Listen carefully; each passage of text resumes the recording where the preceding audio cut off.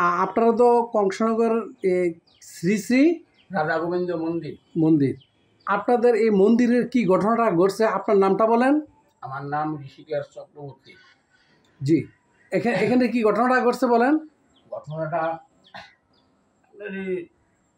ছোট ছোট একটা ইয়া ছিল, পিতলের মূর্তি ছিল।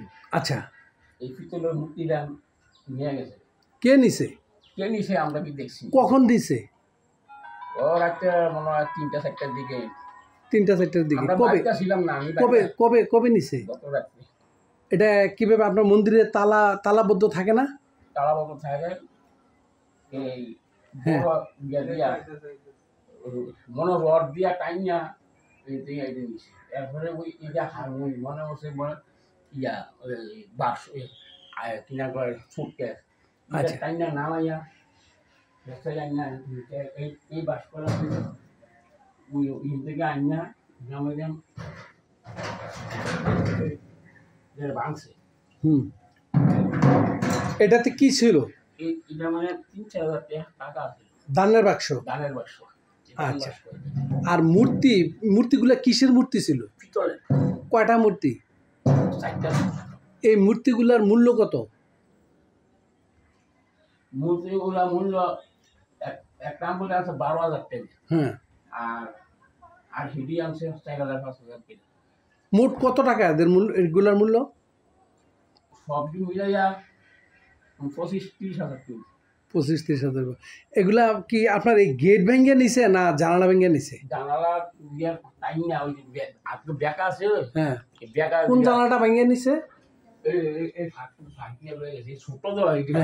ছোট পিতলের মূর্তি। হ্যাঁ। তাহলে আপনি কি কালকে বাড়িতে ছিলেন? না, কালকে আমি বাড়িতে ছিলাম না, আমি গেছিলাম বিয়া করাইতাম।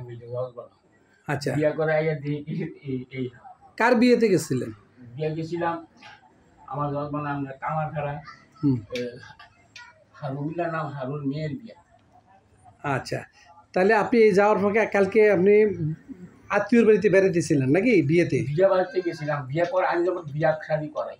আচ্ছা আচ্ছা, বিয়া করাইতাম যাই গিয়া। আপনি ঘটক? না, আমি ঠাকুর, মানে বিয়া ঠাকুর। পুরোহিত বুঝি, ঠাকুর পুরোহিত বুঝি। তার মানে আপনি সকালে বাড়িতে এসে দেখছেন যে এই অবস্থা। না এটা কি রাত্রে কেউ টের পাইছে এটা যে চুরি হয়েছে?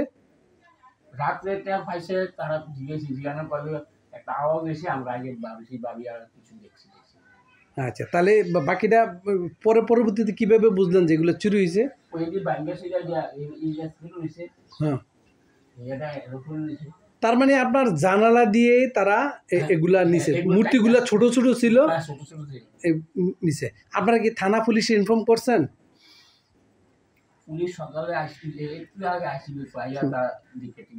কোন পুলিশ আসছিল? পুলিশের নাম টাম? তাহলে আপনারা অভিযোগ করছেন কিনা? না, অভিযোগ বলতে আপনি একটু ভিতরে ঢুকেন, ওনার পাশে দাঁড়ান। হ্যাঁ, আপনার নামটা বলেন। আমার নাম হচ্ছে রিপন চক্রবর্তী। হ্যাঁ, তো আমরা ওই আমাদের যে ওয়ার্ডের মেম্বার, হ্যাঁ, মেম্বারের কাছে বলছিলাম। মেম্বারের নাম কি? মেম্বারের নাম হচ্ছে ইকবাল হোসেন। আচ্ছা, তো উনি আইসা এরা দেখে গেছে। দেখা যাওয়ার পর উনি কিছুক্ষণ আগে পুলিশ নিয়ে আইছিল। তো উনি পুলিশ আইসা সবকিছু দেখছে। দেখার পর তো উনি বলছে যেটা আমরা ব্যাপারটা বুঝতে পারছি, যেটা হয়তো উনিও রিপোর্ট দিয়ে গেছে আর কি, যে এটা আসলে বড় ধরনের কোনো চক্রান্ত না, হয়তো এলাকার শেষরা কিছু লোক থাকতে পারে যারা মানুষের টুকটাক বা ক্ষতি করে। তো এইসব লোক হয়তো তাদের কিছু ওই নেশা করার জন্য মানুষের কিছু ক্ষতি করে, কিছু জিনিসপত্র নিয়ে যায়, এতে এই ধরনের কিছু ক্ষতি করছে। আর আমার কাকা ওই ঘরে ঘুমাইছিল রাত্রে। কাকার নাম কি? আমার কাকার নাম হচ্ছে জগদীশ চক্রবর্তী। উনি একজন হোমিও ডাক্তার। তো উনি ঘুমাইছিল। তো তখন আবার বাইরে দিয়া এই যে লক করে দিয়েছে দরজা লক করে দিয়ে। উনি একাই ছিল বাড়িতে?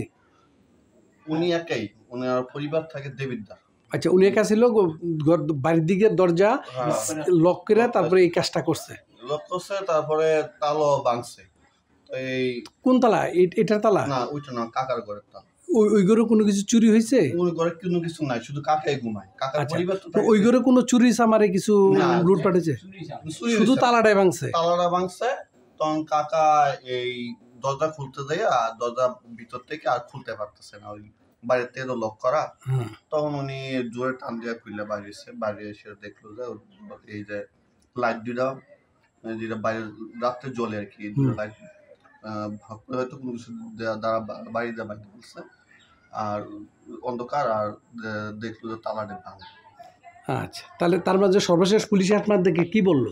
তো বলছে যে আপনাদের এটা তো দূরের কোনো ক্লিয়ার বড় বুঝছি। ধরনের সন্ত্রাস আর না। এমনি কোনো অভিযোগ করছেন কিনা থানায়, কোনো লিখিত অভিযোগ না, করছেন? উনি এই কথা বলে গেছে যে আপনাদের সর্বাত্মক সহযোগিতা করবো, যদি আপনাদের সন্দেহ থাকে ও আমাদেরকে জানাইয়েন, আর যদি কোনো জায়গায় এসব বিক্রি করে আপনারা যে জিনিসটা তো আপনারা দেখতে পাবেন, চিনতে পারবেন, যদি চিনে থাকেন তাহলে আমাদেরকে জানাইয়েন, আমরা সর্বাত্মক সহযোগিতা করবো।